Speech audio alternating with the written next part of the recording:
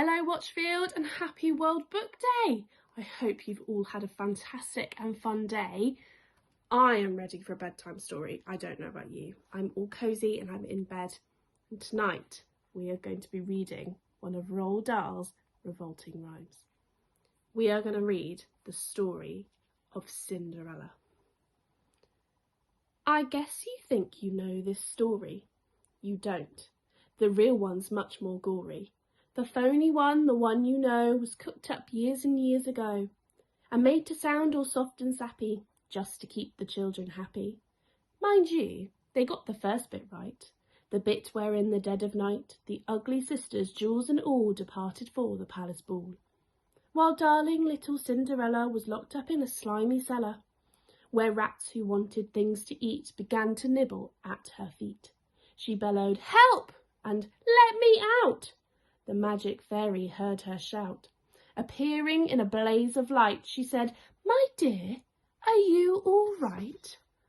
"All right?" cried Cindy. "Can't you see I feel as rotten as can be?" She beat her fist against the wall and shouted, "Get me to the ball! There is a disco at the palace. The rest have gone and I am jealous. I want a dress, I want a coach, and earrings and a diamond brooch, and silver slippers, 2 of those, and lovely nylon pantyhose. Done up like that, I'll guarantee, the handsome prince will fall for me." The fairy said, "Hang on a tick."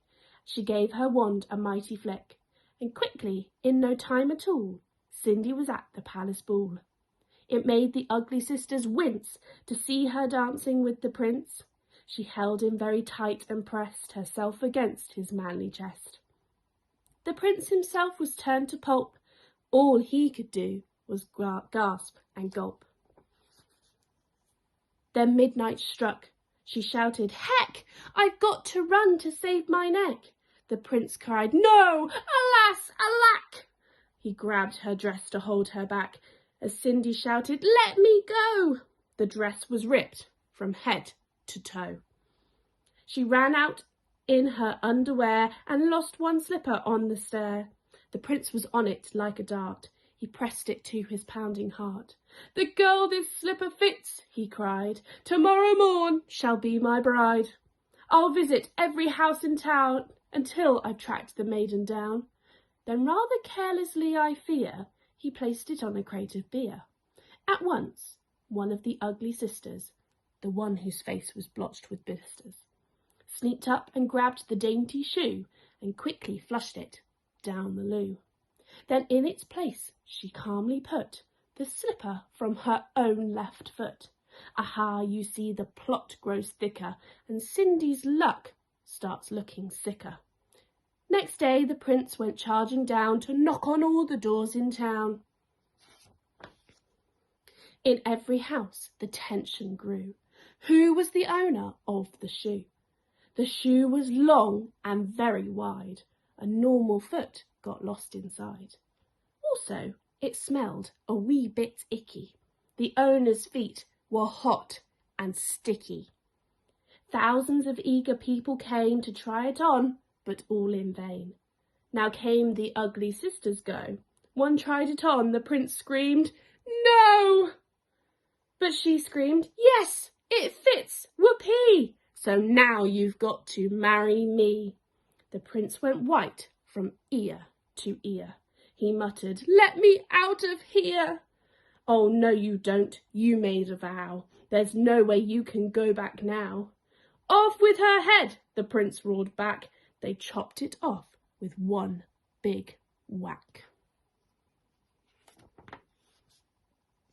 This pleased the prince. He smiled and said, "She's prettier without her head." Then came sister number 2, who yelled, "Now I will try the shoe." "Try this instead," the prince yelled back. He swung his trusty sword and smack!